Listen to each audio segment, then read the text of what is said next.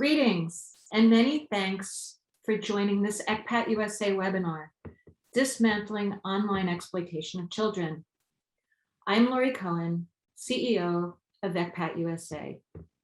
Established in 1991, ECPAT USA was the first American non-governmental organization dedicated to ending the commercial sexual exploitation of children. ECPAT USA is one of 122 affiliates active in 104 countries of ECPAT International, which coordinates research, advocacy, and action to protect children from commercial sexual exploitation.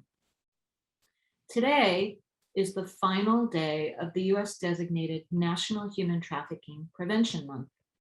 Every year since 2010, a presidential proclamation has dedicated this month to raising awareness about human trafficking and to educating the public about how to identify and prevent this crime. The fact that such an annual designation has been made speaks strongly to the recognition of a persistent and concerning issue that needs to be addressed on an ongoing basis by all segments of American society.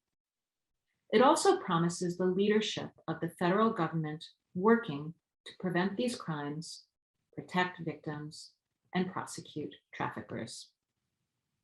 As ECPAT's work is focused on eradicating the commercial sexual exploitation of children, it is appropriate to recognize the international commitments made to these efforts by the United States.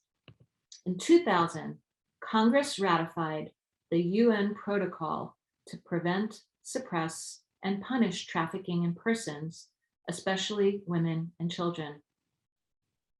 The trafficking of children is defined as the recruitment, transportation, transfer, harboring, and/or receipt, kidnapping of a child for the purpose of slavery, forced labor, and exploitation, and includes every child under 18 years of age. The optional protocol, often referred to as the Palermo Protocol, was groundbreaking. Although there has been a deep concern about the growth of human trafficking worldwide, it was not articulated as a distinct crime. There was no specific legislation, nor even a platform for discussion and collaboration. The United States extended its commitment to combating human trafficking domestically and internationally through the passing in 2000 of the Trafficking and Victims Protection Act, which has been reauthorized 5 times, each reauthorization strengthening legislation, programs, and partnerships with civil society. A 6th reauthorization, which would include federal grants for our main focus today, the pandemic of online exploitation of children, is working its way through congressional channels. Technology is a major aspect of the life of children today in much of the United States and elsewhere as available. According to a study by the West Virginia Education Association, American teenagers across the nation are spending 9 hours a day of entertainment media use, excluding time spent either at school or for homework, while tweens, which is ages 8 to 12, average 6 hours. While technology used wisely can be an extraordinary learning tool, it is also being used by predators to lure children into pornography, trafficking, and other illicit enterprises. COVID and the necessity in many cases of home learning, often without supervision, has exacerbated these vulnerabilities. ECPAT USA has long been engaged with students, parents, and schools to enhance awareness of sophisticated in-person and online techniques that attempt to involve children in these crimes. However, we also recognize that eradicating trafficking requires a multifaceted response, and we are delighted that today's panel addresses a range of innovative approaches to ending this egregious and insidious crime. I'm pleased to have joining with us today Michael Ju, who's a detective with the FBI Exploitation and Human Trafficking Task Force, Nina DeYoungi, ECPAT USA's Director of Public Policy, Kyle Wright, CEO of Stardust, and John Carr, Senior Technical Advisor at ECPAT International. Now, the existence of a legal framework to address human trafficking is essential, but human trafficking is an illicit and difficult to trace crime with profits, unlikely estimated of $150 billion annually. With the signing of the Trafficking Victims Protection Act in 2000, the President's Interagency Task Force to monitor and combat trafficking in persons was created. It consists of some 15 agencies across the federal government responsible for coordinating US government-wide efforts to combat trafficking in persons. The FBI is responsible for investigating human trafficking. That work is carried out by the Civil Rights Unit, the Violent Crimes Against Children Program, and the Office of Victims Assistance. So speaking with us today is Detective Michael Ju, who is a detective for the FBI Child Exploitation and Human Trafficking Task Force and a member of the Sheriff's Office of Broward County. Detective Ju has worked at federal, state, and local levels to identify child traffickers and help bring them to justice. And as you see, we don't see Detective Ju's face on the camera. We do have a lovely logo from the Broward County Sheriff's Office. And so that our audience knows, Detective Ju is actively involved in ongoing investigations. And so to protect the integrity of these investigations, we will be showing the logo of the Sheriff's Office, but we are delighted to have with us the voice of Detective Ju. Thank you so much for joining us today, Detective. Thank you so much for the invitation and for the opportunity to speak on this very important subject. Anytime that we have a chance to actually get out and speak to the community, I greatly appreciate it. And for the foresight and the work that ECPAT is doing, it's invaluable. I appreciate you for the introduction. So just to reiterate, I am a detective at the Broward County Sheriff's Office. I am assigned to our Internet Crimes Against Children unit. That's my primary duty with the Sheriff's Office, and we're part of the overall South Florida Internet Crimes Against Children task force, comprised of local law enforcement officers, also state and the federal agencies. And our responsibility is for investigating crimes involving the exploitation of children, specifically those that are facilitated by the use of the internet and related technology. The majority of the criminal investigations conducted by my unit are related to child pornography, the illegal production, distribution, receipt, and possession of child pornography, also the coercion and enticement of minors to engage in illegal sexual activity. I've been with the unit since about 2013, and my primary investigations revolve around the sex trafficking of children, although it also involves the sex trafficking of adults and foreign nationals. I've been able to assist with the conduction of numerous investigations relating to child pornography as part of my assignment. One of the good things about our model down here in South Florida is, as you had mentioned, I am the task force officer with the FBI's Violent Crimes Against Children task force. I also partner with Homeland Security and our CBP, Customs and Border Patrol, in regards to the smuggling of people into the United States also. So it's very multifaceted. I'm blessed to be able to work cases both on the state level and also on the federal level, which allows me the freedom to be able to pursue charges both on the state side and on the criminal side. Just the overall prevalence, and this is just in Broward County's backyard. Our unit in 2019 initiated over 200 cases, and that's all with the Broward Nexus. And of those, we actually had 48 arrests of child exploitation related offenses.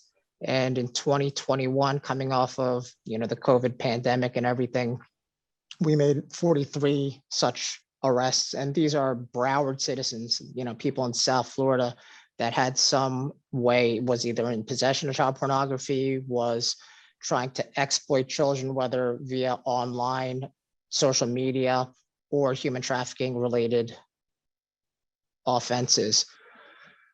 South Florida is a destination area. So we get to see everything under the sun when it comes to human trafficking.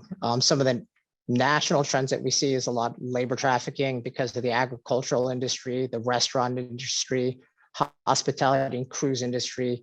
And I'm sure that you've probably talked to a number of your associates in regards to the massage parlors and the illicit massage businesses.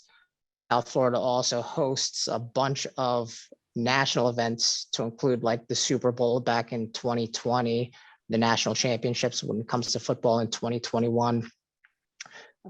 And we have a lot of different types of music events and social events down here in the Miami area.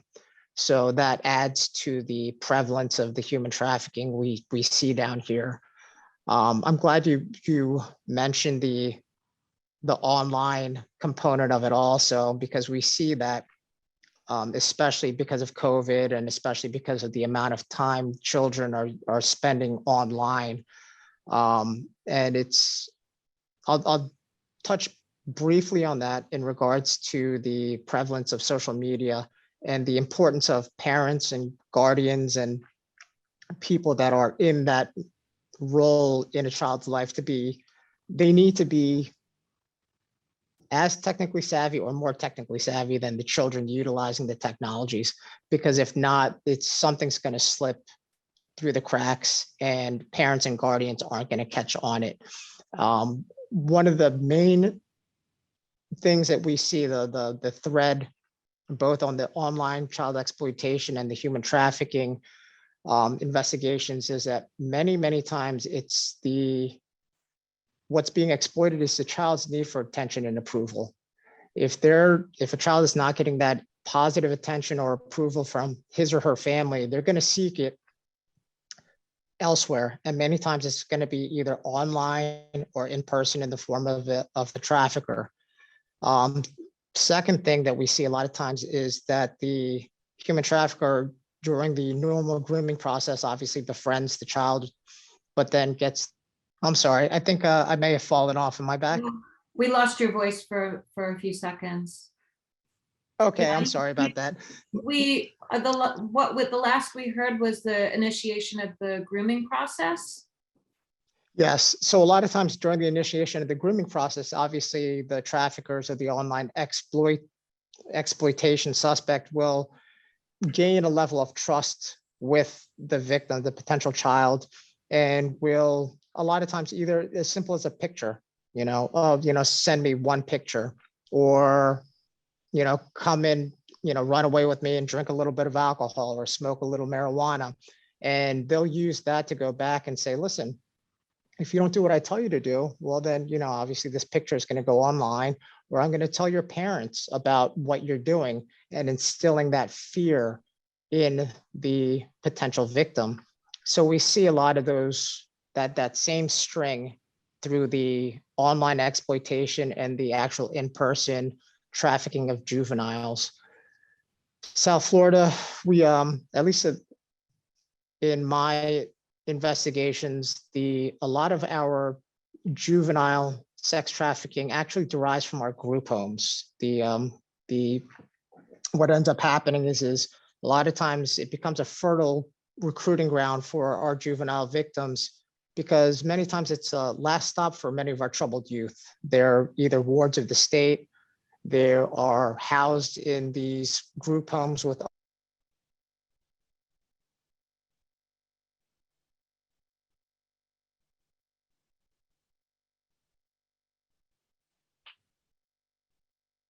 Detective Ju, we lost you again.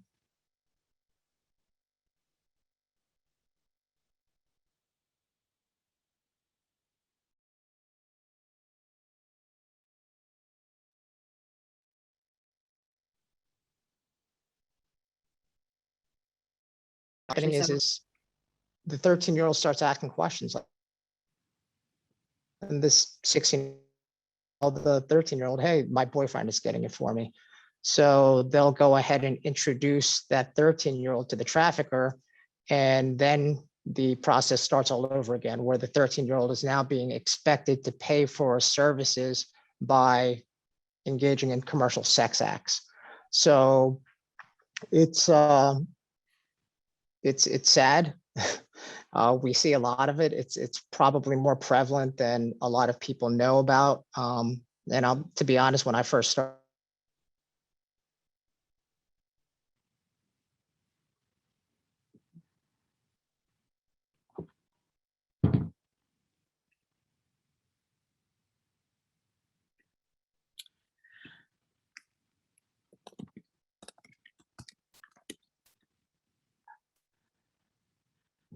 Detective Jew, I think we lost you again. I'd love to continue hearing more from you because this conversation is so rich.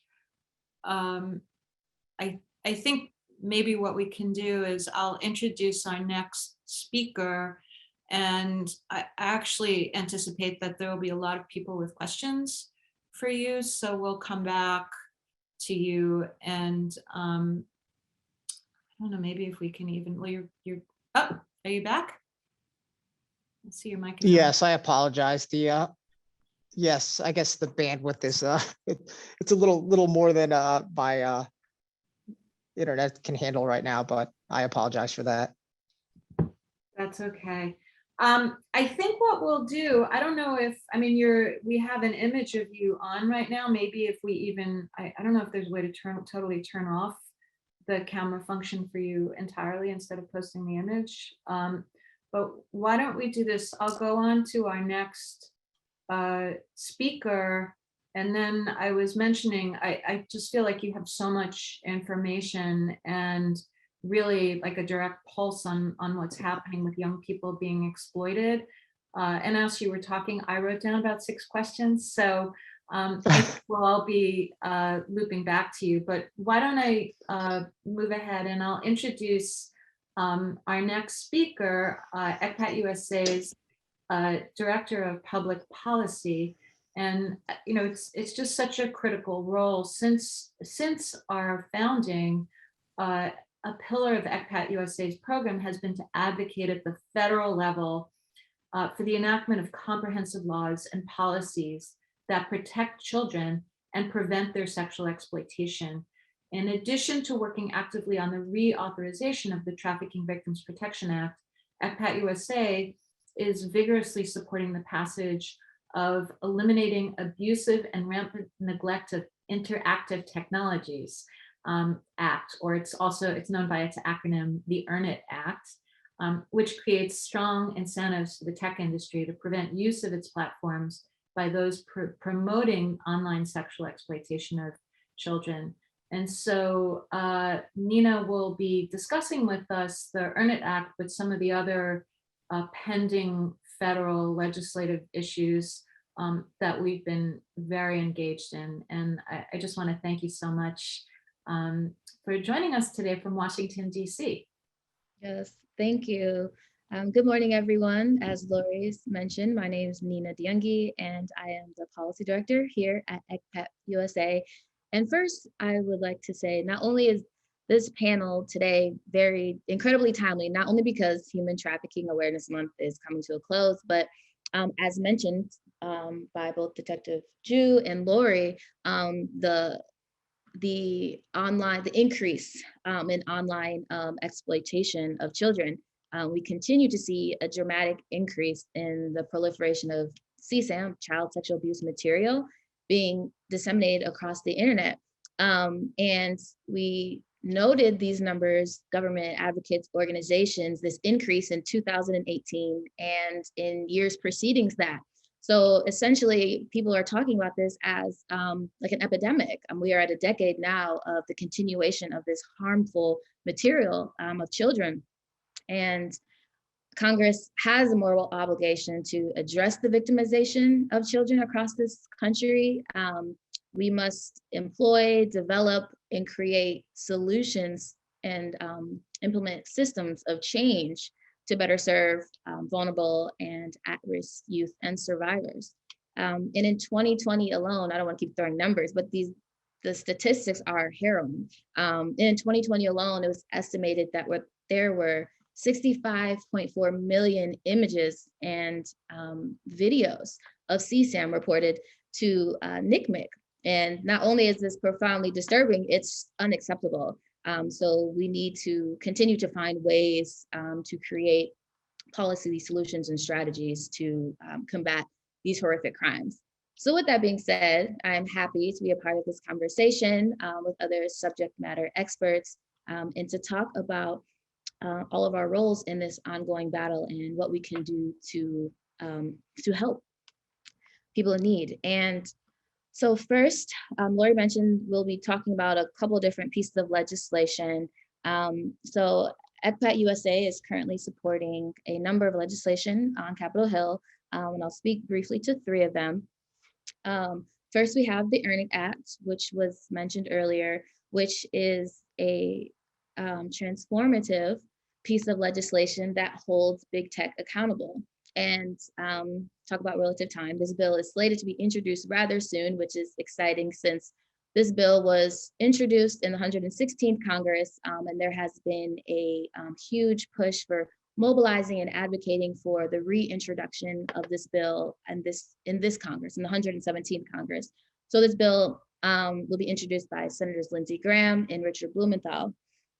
So the EARN Act, without a doubt, is a foundational and critical piece of legislation that would increase not only accountability, transparency, and responsibility on behalf of tech companies to prevent and stop the rampant proliferation of CSAM content on their platforms. So the bill has a few different components. I'll speak to a couple of them. So first, it would remove the immunity for tech companies and social media that knowingly are facilitating the distribution of this incredibly harmful content of children on their platforms.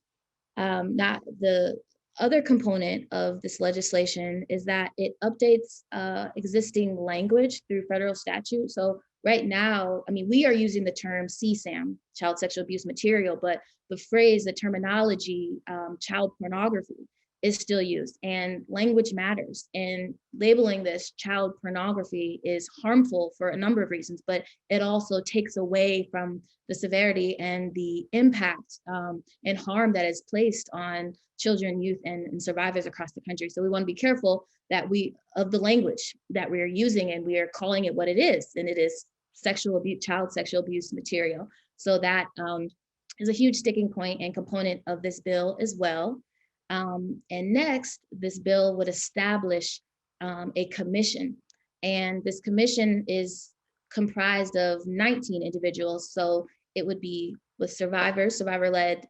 We would have technology representatives and government stakeholders. It would be under the direction, or the Attorney General would be a part of this commission as well as representative from Homeland Security and the FTC, the Federal Trade Commission.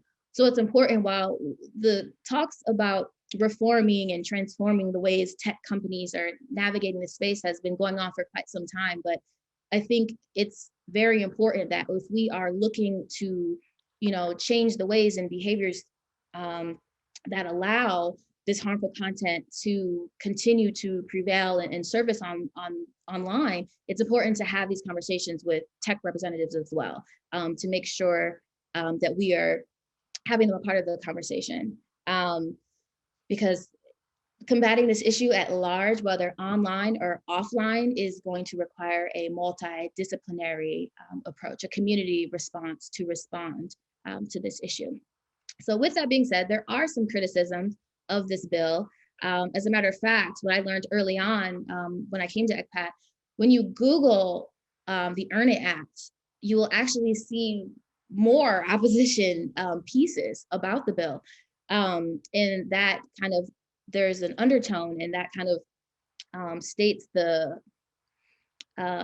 the reality of the lobby behind big tech and the money that goes into into not changing the way things are. So it is important that as advocates and stakeholders, we are dispelling the myths and misinformation that continue to reach people about this topic. So one of the issues that is talked about, a criticism of the EARN It Act, is civil liberties. But to dispel that, there is not a change to civil liberties under the Fourth Amendment for Americans. And there's another criticism on the bill about the commission, that it could be biased if it's dominated solely by the Attorney General. But as I mentioned before, right, this commission is comprised of a number of individuals that are, sharing their expertise, their knowledge and recommendations for best practices. So it's not just a one party kind of system here. There is a large sway of individuals that will be participating in this. And also the talks on encryption, that there's the use of end-to-end encryption, and that law enforcement or different agencies will just be able to, tap into your information, but this is not true either. There are still the necessary processes and protocols that are set into place to still ensure privacy. But again, the goal is to, obviously to stop the proliferation in this content that keeps surveilling the internet, but to also just monitor and regulate. And essentially here, the EARN It Act essentially is a checks and balance system as well. So the next bill, the END It Act, this bill was introduced by Representative Anthony Gonzalez. So this bill is critical because it expands the time frame that electronic service providers have to save harmful CSAM content after reporting it to the cyber tip line through NCMEC. So more specifically, this bill increases the amount of time from 90 days to 100 days. This is incredibly important. That's why I'm happy as well that Detective Ju is on here too, because it essentially gives law enforcement more time to investigate and to assess these cases. So I'm sure, we all know that there are, departments and different agencies that may be underfunded or understaffed. So if there's this tight, stringent time frame in which internet providers, hold on to the information, if it's 90 days, sometimes if there's a local police department or whether it's the task force, they are backlogged or dealing with however many cases, I'm sure they're inundated. This gives them more room and more time to effectively and go through and investigate, not only to get the predators, but to also help vulnerable and at-risk children as well. And as I mentioned before, combating this whole issue, again, on and offline, will require a larger approach to things. So I think that finding ways that we can also aid and help law enforcement to do their job, to help them do their job as well is very important, whether it that looks like appropriations or funding or trainings or expanding, time frames. And I think that, this bill is a great next step to that issue as well. And yes, law enforcement, again, is essential in this fight. And I look forward to also having more conversations with individuals in this field to see how we can ensure that needs are being met to serve the larger goal of protecting and better serving survivors and children and youth. And then the last bill is the Child Rescue Act. And all of these bills are bills that ECPAT is currently advocating and helping to sponsor, is the Child Rescue Act, also known as the National Response to Exploitation and Sexual Abuse of Children in Unaddressed Emergencies Act, long name. But this bill, introduced by Representative Abigail Spanberger and Ben Klein, if enacted, this bill as well would establish a working group on children in imminent danger. So this group, again, would be comprised of both public and private sector individuals. So we're seeing like a common theme that we are tapping into different spaces in order to come up with a more holistic and comprehensive strategy to respond to these instances. And so this bill is also important because it would study proactive policing strategies and resources needed to rescue children in the United States from sexual exploitation and abuse online. We know that child protection and law enforcement are working day in and day out to help victims, but ultimately, as mentioned before, some may lack certain necessary resources. So this bill essentially creates a sourcing mechanism by collecting and sharing information about individuals who possess illegal images of children and who are also perpetrators of sexual violence. And again, in order to effectively combat the exploitation of children online and off, we will need to employ a more wide-scale approach to combating this issue. Thank you. Thank you, Nina. And a few items that I just want to highlight is that this really is a bipartisan issue. It's been extremely exciting and rewarding for ECPAT USA to work with members on both sides of the aisle to advance child protection. And I think, this is an area where we can all come together and say, look, we understand the requirements of the Constitution, but we also, our children have a fundamental right to be safe. And it's been really gratifying to work with you and Congress on this issue. So I want to thank you. The other thing I want to flag, and Detective Jew, I hope we'll have a chance to come back to you later, is that Nina mentioned the Earn It Act changing the term child pornography. And in your introduction, you talked about investigating child pornography crimes. And one of the things we talked about in advance of this is that it's not that law enforcement doesn't understand that child pornography is a problematic term. That's the term that law enforcement has to use right now because that's the language on the statute. So hopefully the next time we bring you back, you'll be able to talk about investigating child sexual abuse material crimes instead. And with that, I'm really delighted to introduce our next speaker. In advocating for the tech industry to take more comprehensive actions to control the use of their platforms for online child sexual exploitation, there are other creative tools that are being employed to hold tech companies accountable. And our next speaker is going to be bringing in what I think is one of the more innovative and cutting edge tools to generate change. Kyle Wright is the Chief Executive Officer of Stardust, which is reimagining the use of philanthropy, advocacy, and investment capital for a more equitable future.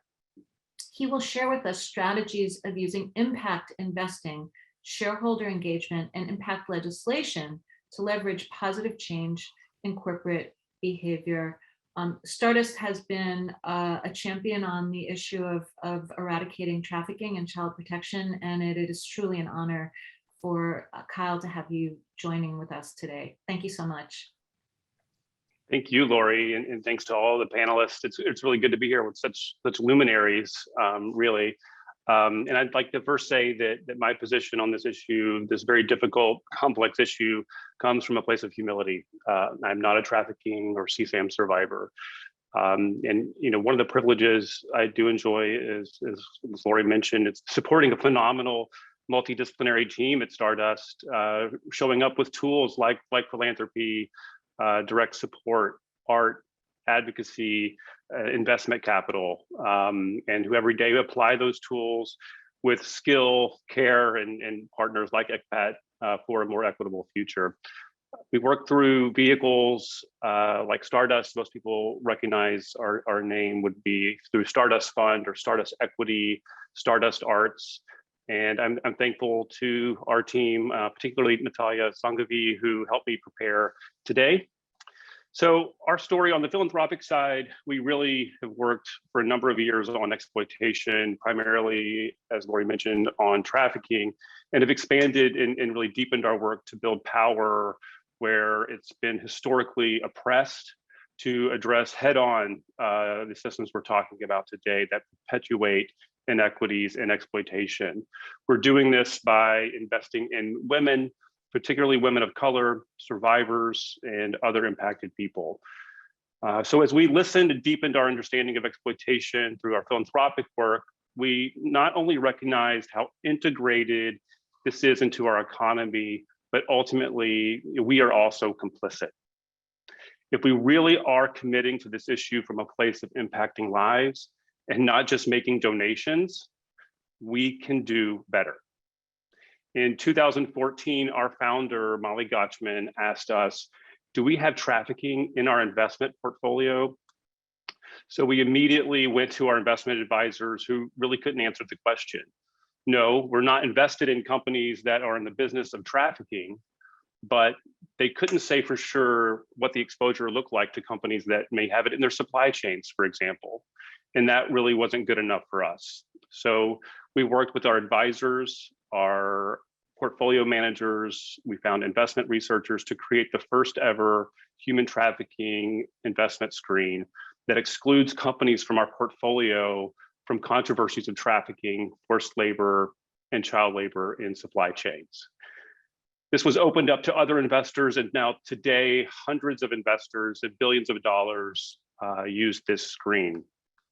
And so while we started out as value alignment across these different asset classes, it's turned into an understanding of risk and power of our private market and public equity portfolio as a tool to really accelerate meaningful change. In the public equity or stock portfolio, when investments are not aligning with our values, we work to determine if it's best to divest from that company and remove it from our portfolio, or become an active owner and engage with management. We are absolutely not the only ones doing this, and have learned for so many. And for years, faith-based shareholders and pension funds have used shareholder advocacy as a tool to improve corporate behavior. Really, the modern movement can be traced to South African apartheid, when religious investors asked their companies to cease operations in that country. And today, this tool is expanded, primarily with leadership of Interfaith Center for Corporate Responsibility, or ICCR, nonprofits As You Sow, and Proxy Impact. The explosion, as you may know, of recent interest in ESG investing, or investment that considers environmental, social, and governance concerns as a part of this investment process, has really fueled the use of shareholder engagement to address ESG concerns. And this rise of ESG is pressuring companies to also become more transparent. So if shareholders do not make progress with companies informally through dialogues, they have the right to file a shareholder resolution. And resolutions are voted on at the company's annual meeting and proxy voting process. While they're non-binding recommendations to the board, they're powerful messages to that board, to company management, and other investors in that company. So in 2019, we joined Proxy Impact, led by Michael Passoff and investor Lizette Cooper, and several other investors, to co-file a shareholder resolution with Facebook, now known as Meta. So we asked the board to issue a report assessing the risk of increased sexual exploitation of children as the company moves to end-to-end encryption. Essentially, what happens when it goes dark. So Facebook is the largest social media company in the world and the largest source of reported CSAM. We feel that because of that role, for better or worse, Facebook will have a major impact. They do have a major impact on global child safety, especially as we move to the metaverse. We've got to get this right now. And just for some context, as Nita mentioned, the National Center for Missing and Exploited Children 2020 received 21.7 million reports of CSAM. And of these 20 million reports, 94% came from Facebook. Facebook's rush to expand end-to-end encryption across its platforms has led to immense backlash. Governments, law enforcement agencies, child protection agencies like ECPAT have criticized Facebook's planned encryption. This, in addition to the severe harm to children, and as we've heard from Nina today, there's clearly regulatory, reputational, and legal risk to Facebook failure to address this. So in December of 2019, we asked Facebook to open a dialogue with us to discuss what they're doing to address CSAM. And at that point, Facebook did not meet with us. And therefore, our shareholder resolution, we did submit it to the annual meeting in May of 2020. Often, for some context, shareholder resolutions are withdrawn after filed, but before the annual meeting, if there is a good dialogue in progress between investors and management. So by comparison, shareholders have withdrawn resolutions or not filed resolutions at Verizon, Apple, AT&T, Alphabet, and other companies where they have engaged with shareholders on the issue. And specifically around Verizon, Proxy Impact withdrew its 2020 shareholder resolution after Verizon became one of the first companies to agree to conduct a child risk assessment across all of its business operations. This has not happened with Facebook. And so at Facebook's annual meeting in 2020, 12.6% of shares of Facebook voted in favor of our resolution. This sounds very low, but it was about 43% of stock not controlled by CEO Mark Zuckerberg and other management. So after this meeting, having not heard from Facebook, our group filed the resolution again in December of 2020 and asked for a meeting again. This time they were open to a meeting, although it didn't happen until May of 2021, just a few days from the 2021 annual meeting. Not surprisingly, our call with Facebook was frustrating. We shared our concern about the amount of harm done on their platform and the lack of a plan to address detection of CSAM before expanding encryption. Many on the call, other investors are much closer to the technical side of CSAM than I am, and were able to ask very specific questions around risk assessment, age verification, technologies available, geographic regions affected, and pending legislation. Facebook's answers were disappointing. And I will say, while the individuals on the call appeared to be personally concerned and serious about this issue, they were vague and non-committal. They talked about things that they were doing, describing technology it uses to detect these images and content, but it's obviously not good enough to stop it based on the CSAM we see as reported. And they did not describe how much of their current detection technology will be ineffective once encryption hides the content. They did not answer our resolution request for an assessment. So we did not withdraw the resolution, and several days later at the 2021 annual meeting, the resolution received 17.25% of the vote, which represents 56% of the non-Zuckerberg controlled vote. A majority voted of shareholders, $321 billion of stock value voted for our resolution. So that's up from 43% in 2020. Investors are taking notice. So we, even with majority of outside investors asking for it, they did not to agree, but they have also not implemented end-to-end encryption. And they said in November that it's going to be delayed until sometime in 2023. So we still, it's not good enough for us. We filed for the third time, and I will tell you at Stardust, we had a very robust discussion about whether we should continue engaging or for good reasons divest from Facebook. Facebook is a great example of On the ESG spectrum, when there is no G, there is no E or S. When there's no governance at a company, it's hard to get to environmental and social issues. So Facebook's probably going to be moved by legislation, employees or lack thereof, its advertisers or lack thereof. And there's been a chorus of actors, as we know, and many on this panel and others that are viewing. But my point here today is that we all have a role to play. These platform companies are in our retirement accounts. They're in our pensions, our university endowments, foundation assets. They're financed by our banks. And businesses must understand their power to impact vulnerable stakeholders, and investors must recognize their power to impact vulnerable businesses. So to leave you, we did hear that Facebook is agreeing to meet with us again. So this is to be continued. So it's being scheduled now, but that's where we are with that engagement.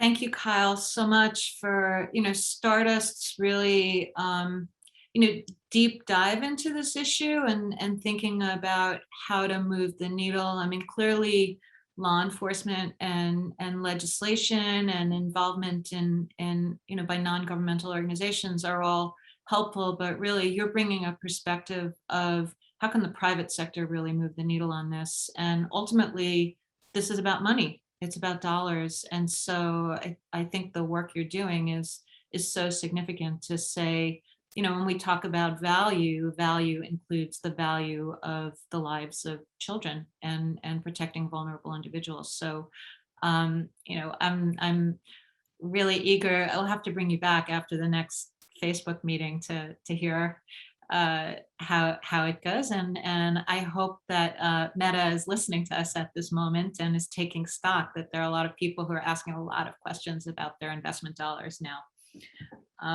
So with that, it just brings me so much pleasure to introduce my colleague John Carr, who is the Senior Technical Advisor to ECPAT International. We wanted to have an expert's perspective from outside the US on other strategies that are being used to combat online child exploitation. And really, there is no better expert anywhere than John. You can read his CV. It was posted in the, I think we're posting it in the chat, and it was listed in the introductions to this. We're happy to make it available after. But let me just say, John has been involved in this issue from many angles. In addition to NGO advocacy, advising the European Union, the International Telecommunications Union, and Microsoft, and just a tremendous thought partner. So John, thank you so much from dialing in from the UK. Thank you very much indeed for that introduction. The check's in the post. Sorry I kept disappearing. There's a moral here. If you're going to do a public presentation, don't experiment with a new razor blade just before the meeting starts, because as you can see, I've taken a chunk out of my chin. Anyway, I was very pleased to hear the update on the shareholder resolution at the Facebook AGM, because I was sort of involved on the edges of that as an advisor to the American Catholic Bishops Conference. I think must be part of that coalition of groups that you were referring to, and I hadn't actually heard the increase in the non-Zuckerberg controlled stock that you referred to. So that is good news. But I mean, here's the thing, and it'll become clear in what I'm about to say. I'm afraid I've reached a rather depressing conclusion that if you give any of these companies any wiggle room, they will exploit it. If you allow them a discretion as to whether or not to act to protect children, then of course, some will do the right thing immediately, some will do the right thing eventually, but some, I'm afraid, will either do nothing or not do enough. And the thing that bedevils all of our endeavors in this space is the complete lack of transparency.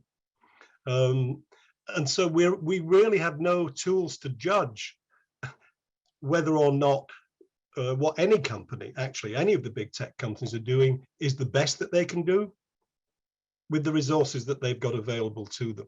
So, for example, when Facebook say to us that they have no commercial interest in allowing illegal behavior or illegal activities, content on their platform, of course that's true. It's common sense. That's true. They're not a criminal conspiracy. Nobody disputes the good intentions of the most senior people in Facebook. The question is the priority that they attach to solving these different problems. Their big project, as we've heard, is the metaverse. Their continuing project is using the single most valuable resource that they've got in the company, which is engineering time, to preserve corporate profitability and corporate competitiveness. Those are all perfectly legitimate things for a company to want to do. But what we're saying is, how can we judge? How can anybody judge whether or not there is a gap or a space for those resources to be deployed to protect children? Why we think it deserves a higher priority, and simply be told by you constantly that you agree with our objectives isn't really telling us anything.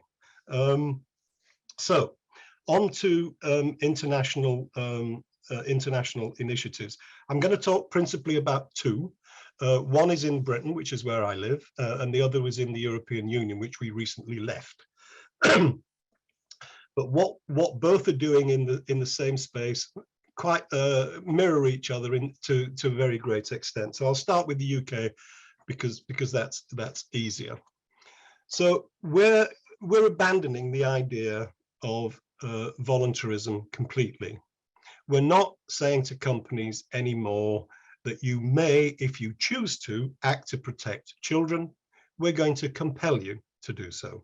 So, for example, in the bill that the government presented last year, and will be coming to Parliament to begin its legislative journey in the next 5 or 6 weeks, there is a specific legal mandate for every technology platform to do a child sex exploitation and abuse assessment of how their platform works.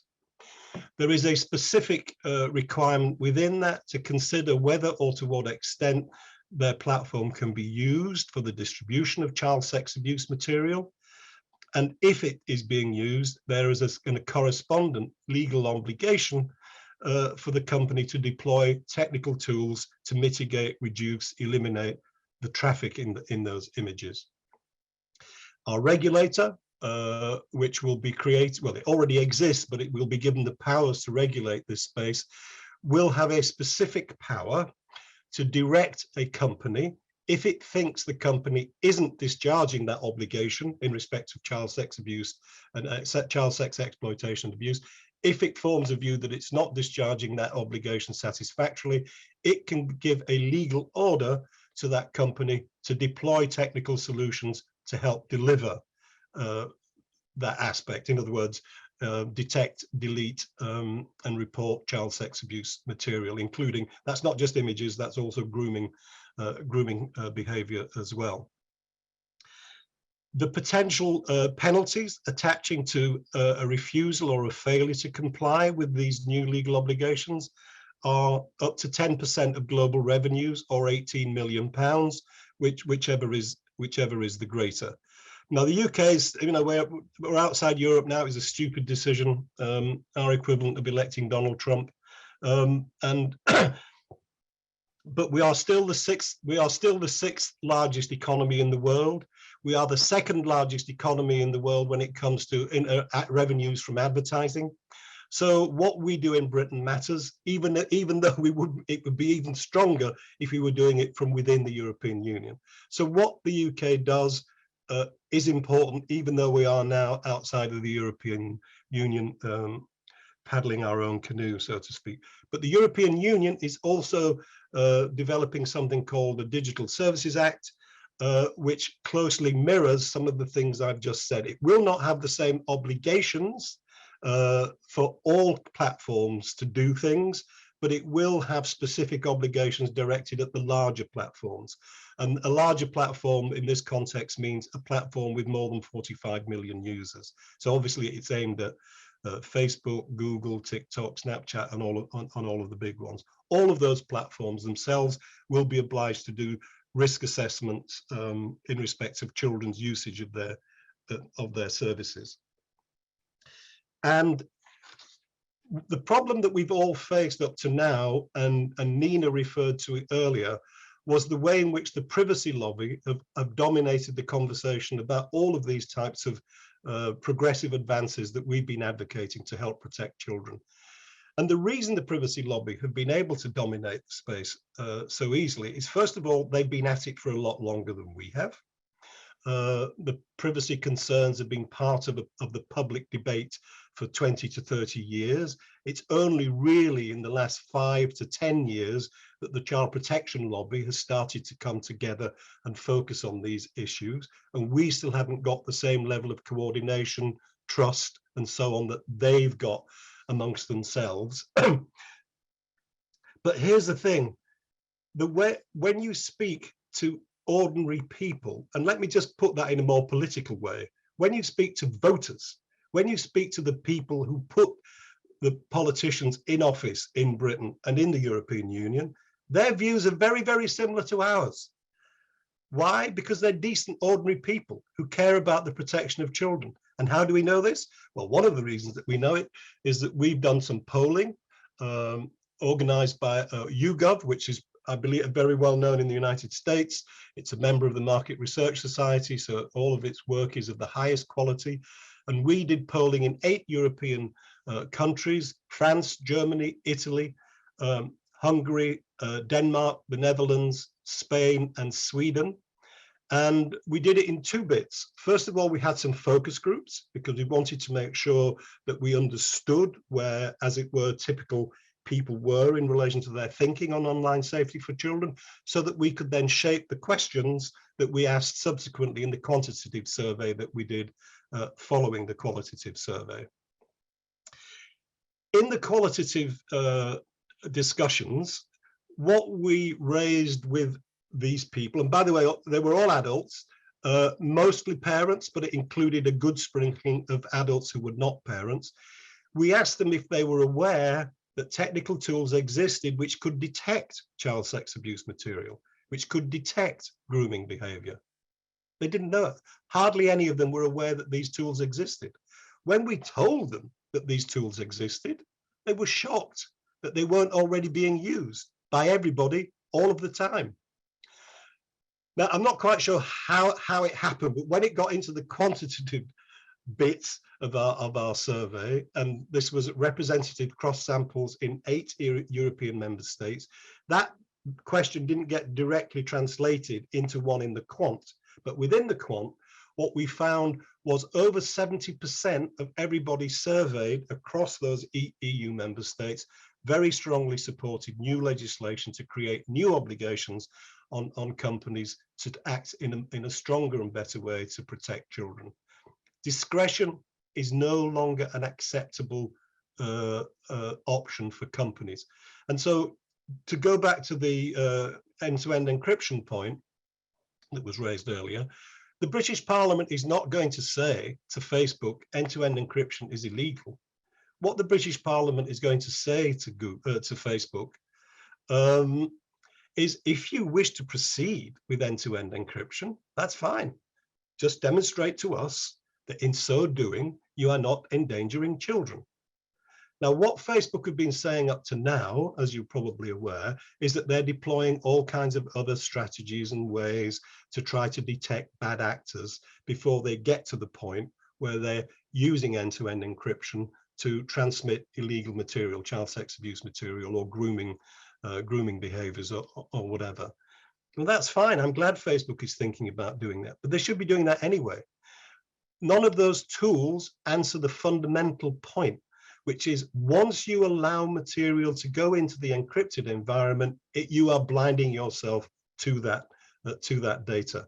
And so there is nothing that you can do.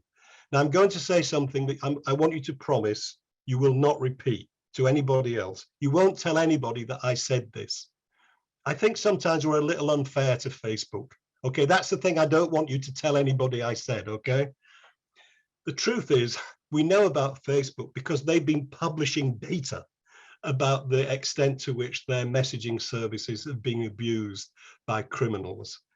Apple have said, look, we're already encrypting our stuff, so we don't know the extent to which our platform is being abused by criminals, but we acknowledge it's very likely to be happening.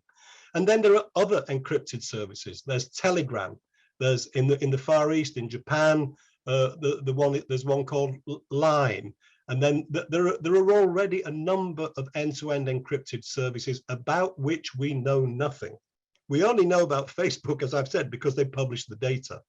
So even though I'm all in favor of kicking Facebook all over the place, if necessary, I think we do need to be clear that it isn't just about Facebook. It's about the way in which end-to-end encryption is going to be deployed. Because let's be clear, if end-to-end encryption, actually, I'm gonna rip this plaster off because it's annoying me.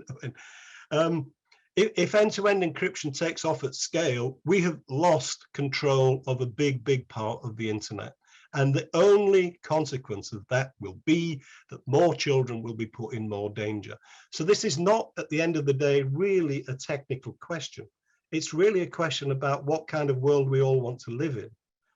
And by the way, now I'm going to say something nice about Apple, and I don't mind if you repeat this, because what Apple did late last year was fantastic. They published a proposal which is technically brilliant. They absolutely 100% screwed up the comms. They completely misrepresented or bungled their explanation of how it worked. And that's why they're having to sort of take a step back and look at how they're going to represent it.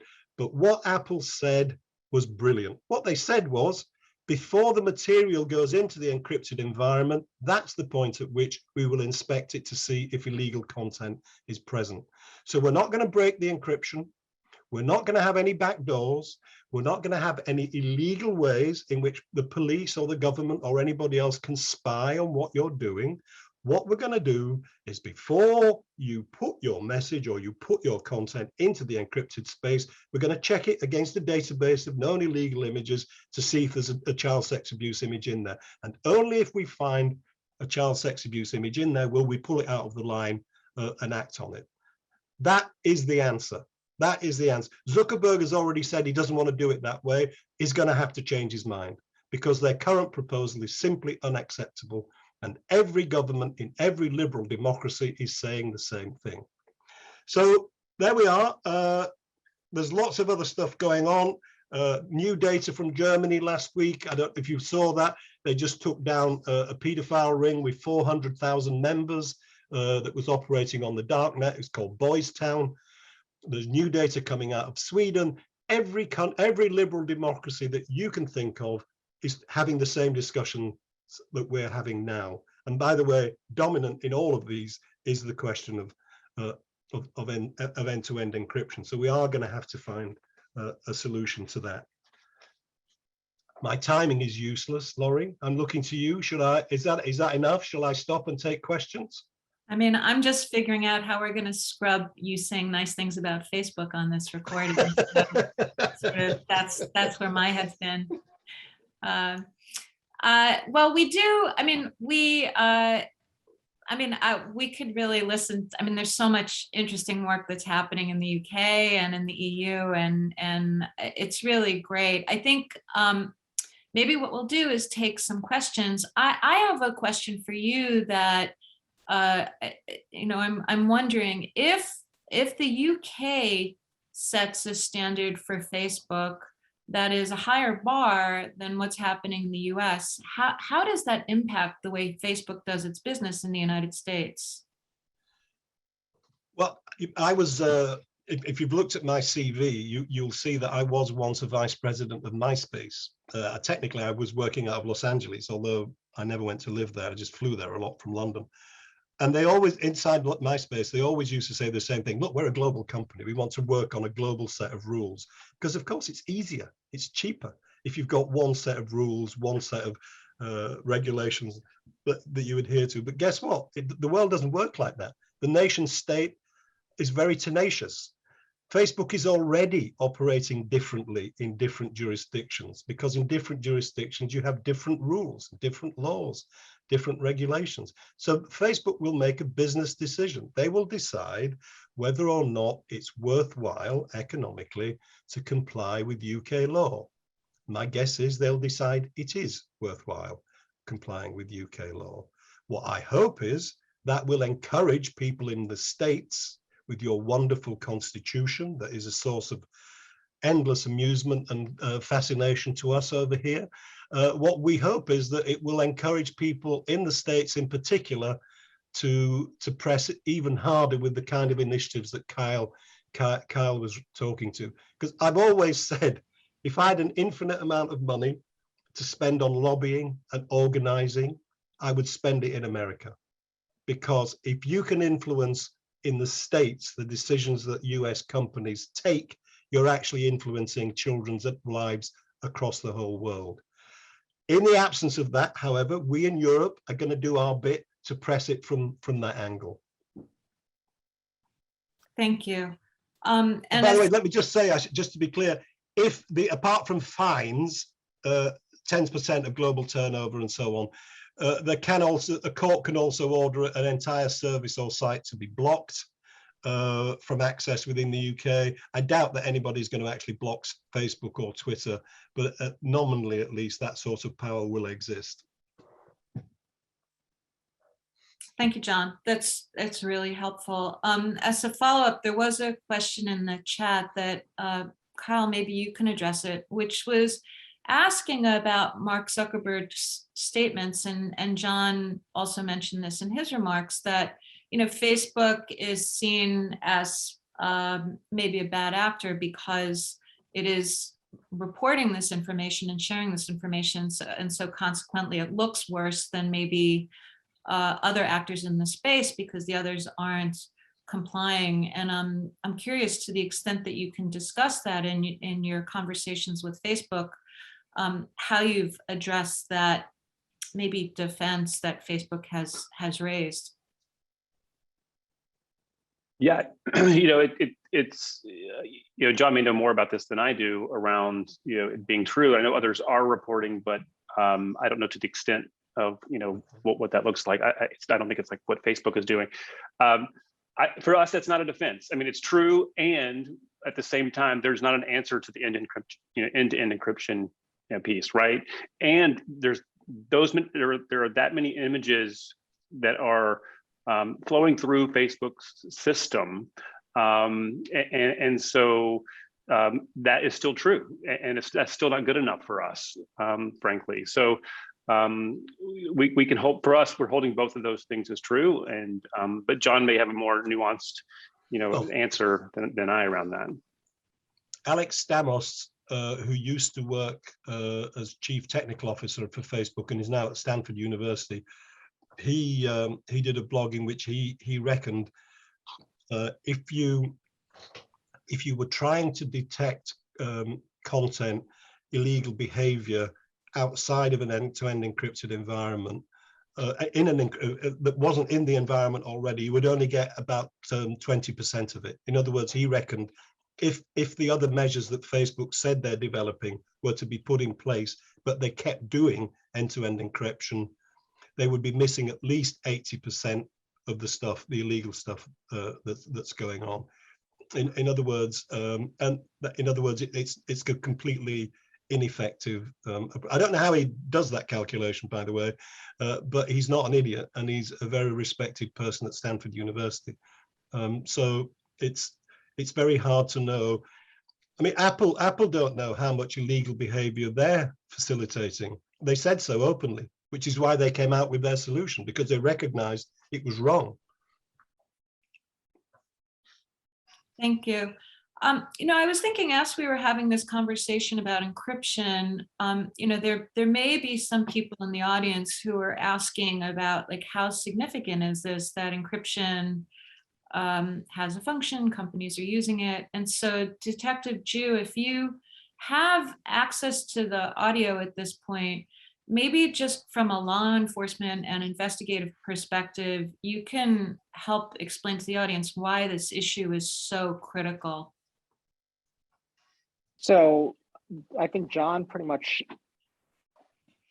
very eloquently described the fact that once at least with the Apple model. So kind of expound on what John was saying. A lot of the filters that the social media or the internet service providers utilize are based on hash values of what's known defined child sexual abuse material. So let's say there's 15 pictures that we know for a fact what we would consider CSAM. They are designated a hash value, which is like a long alphanumeric generated number. And the companies are constantly running filters in regards to those images being transferred from one account to another.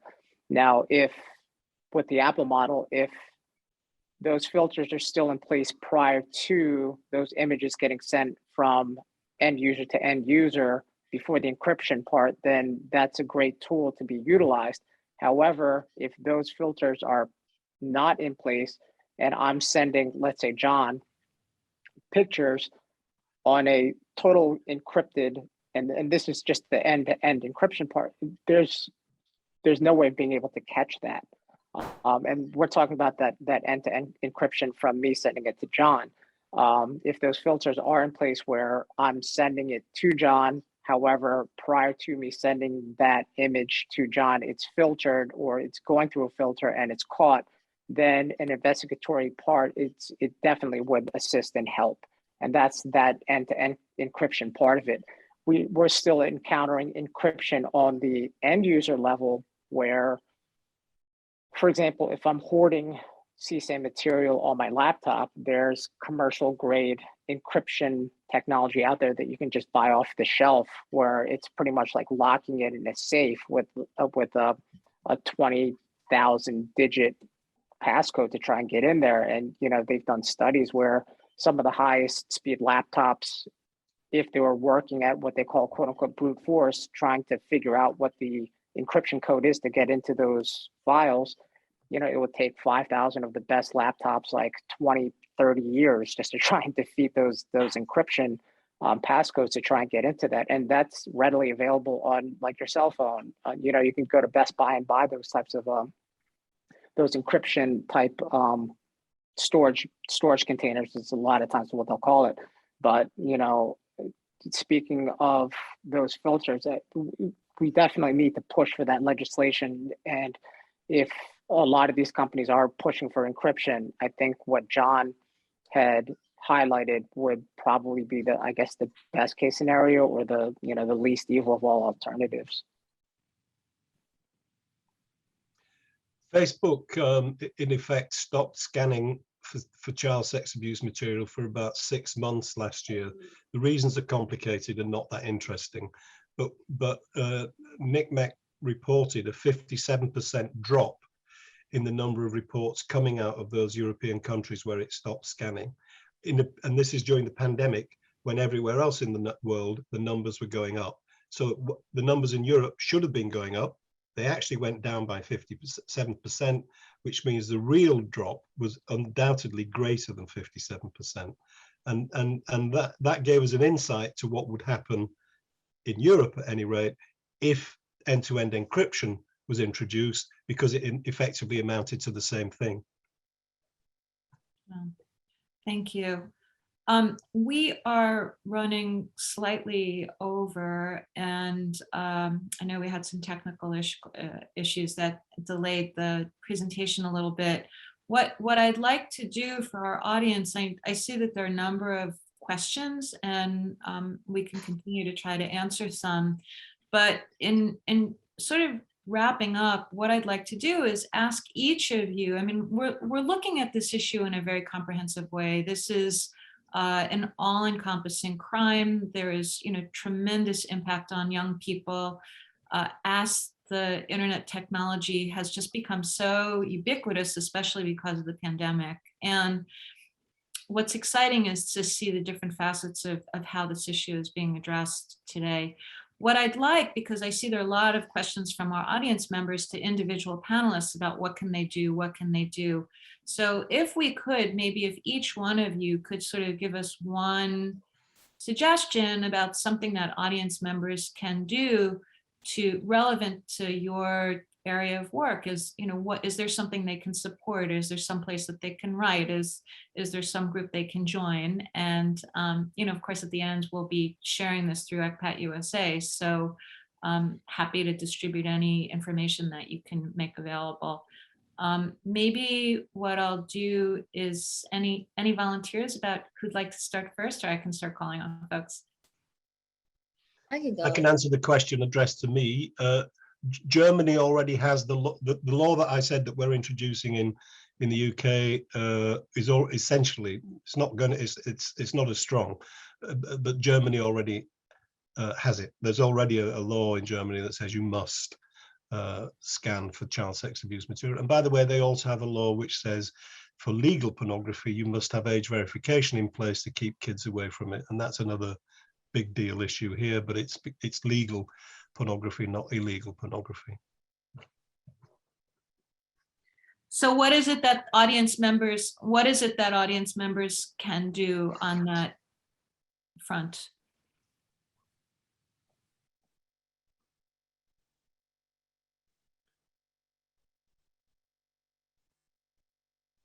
Send Mr. Biden to Germany. We'll do that. All right. What we'll do is take a look at the German legislation and maybe share it with Nina, and then we can all take it to Congress. Take it to the president. Nina, you were going to speak as well. Yeah, I would say, I mean, in terms of my role, being a part of the different coalitions and working groups and on the ground, whether it's state or federal, kind of mobilizing efforts. I mean, I would urge you to consider joining local community groups. I know that there are a lot of grassroots, you know, organizers, but some of the larger organizations that have weekly or monthly different meetings to talk about relevant and emerging trafficking legislation. So I would try to see if you could do a quick search in your own community too, and then possibly join larger networks. There's always, I mean, I'm always telling people, call your member of Congress, you know, or write them, or do this, that, and the third. But writing into those offices, a lot of times people think going straight to Congress is the only route to go. Well, it's very important. They need to be hearing from people and survivors and impacted populations, but also the state and local representatives are just as important too. And if you can influence them and sit down and have meetings with them too, they can work amongst their own state legislatures as well, and then talk to the federal legislators, respectively in their districts and whatnot. So I think that whether you're reaching out locally or federally, it's all encouraged. And then you can also email me as well if you have other questions. Thank you. Kyle, any thoughts? Yeah, I mean, from a big picture, I think one is just understanding where we touch these issues and have power to engage, right? I have guessed that most people on attending today have a Facebook account. You know, are you purchasing you know, goods through Facebook, through their advertisers, right? And so I think just having that frame of mind and like your participation around this type of work through these around these issues. And so, you know, on the investor side, I think, you know, are you a student? You know, what is your university doing in their investment portfolio, in their endowment, right? You should go to your endowment office and ask them about Facebook. You know, if you're a part of a religious organization, go to, you know, who manages the finances and investments of the religious organization. Ask them, do they have these companies in their portfolio? Your retirement accounts, you know, your employer, is your employer advertising on Facebook? So I think just thinking through where the dots connect in the more traditional economy and business sense, I think we all have power there. Thank you. It's such an important message. And Detective Jew, either in your capacity for, well, as on Broward County Sheriff's Office or FBI, I know you wear two hats there, but what would be really helpful in furthering child protection from your vantage point? So child protection, I mean, thank goodness for people like Nina, Kyle, and John, and obviously you also for putting this together in regards to helping to protect, or at least getting in place, a lot of the technological safeguards for that. For me, specifically, at least on the law enforcement end, a lot of times we don't have cases unless we have quote unquote victims or people willing to stand forth and testify in regards to either their child exploitation or human trafficking. Unfortunately, in the state of Florida, a lot of the obstacles that I get in the human trafficking realm is just due to the, I'm going to say, antiquated way the legislation works in regards to criminal prosecution, where in order for me to get a good case, I need a victim that's willing to sit and testify against their accuser, which many times, if you're looking at a 13 or 14-year-old, is going to be traumatic.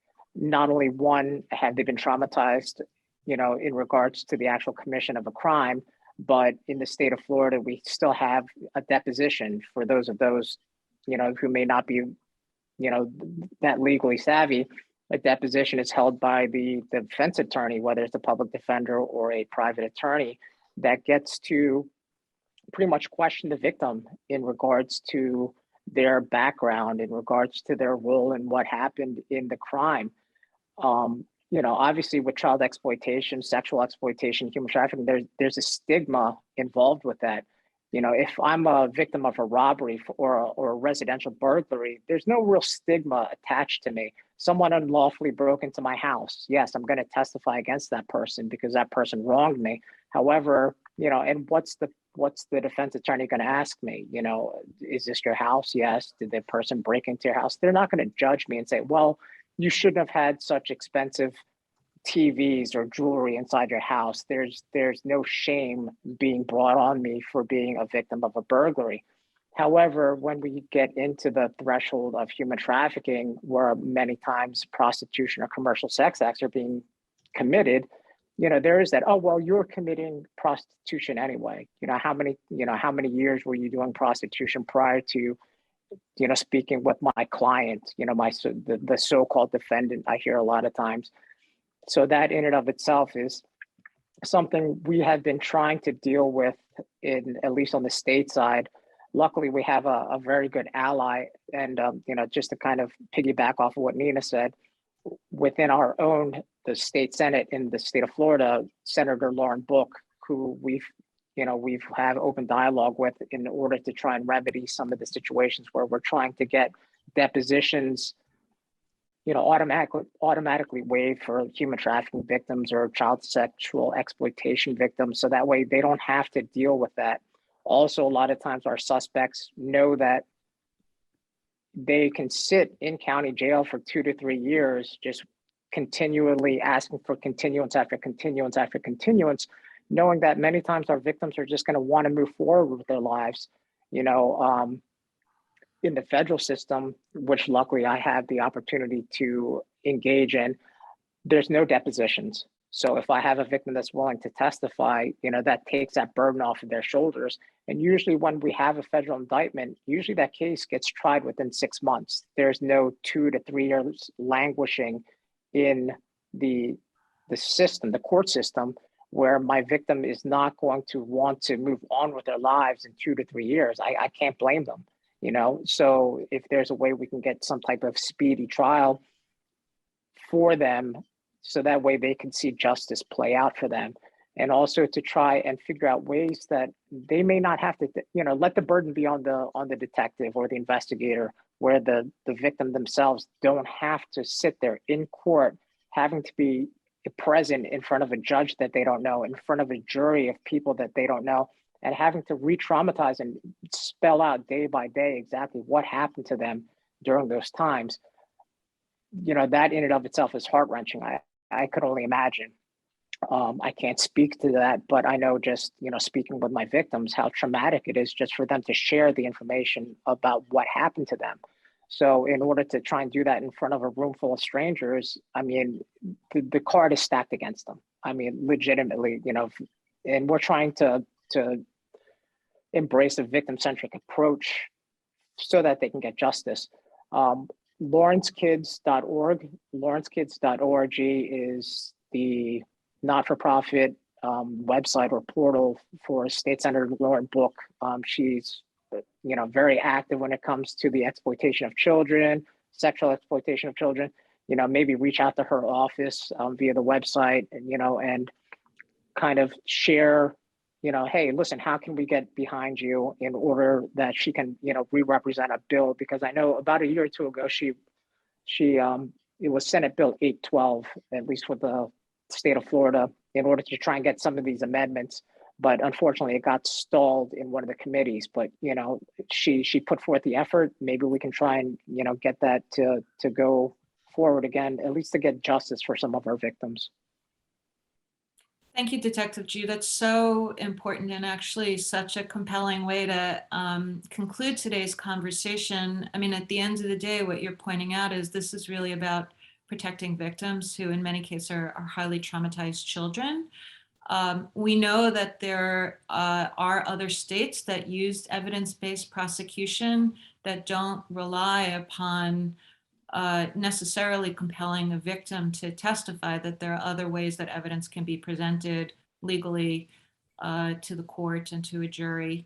And, the idea of deposing a child in addition to a child needing to testify at trial, to have both of those rounds is really makes it a very difficult burden. So I'm actually grateful that law enforcement is using language about, a victim-centered approach. And thank you so much for your leadership. I want to thank all of you today. This has been a really enriching conversation. And I just can't think of a more vital way to close out Human Trafficking Awareness Month. I mean, unfortunately, when we reconvene tomorrow, human trafficking is going to remain an ongoing concern, and we need to look at this 12 months a year. But I want to thank everyone who joined us today to participate in this, as well as our audience members. If people are interested in more information on any of these topics, ECPAT USA does issue regular newsletters. Nina provides a really deep dive in terms of updates on legislation.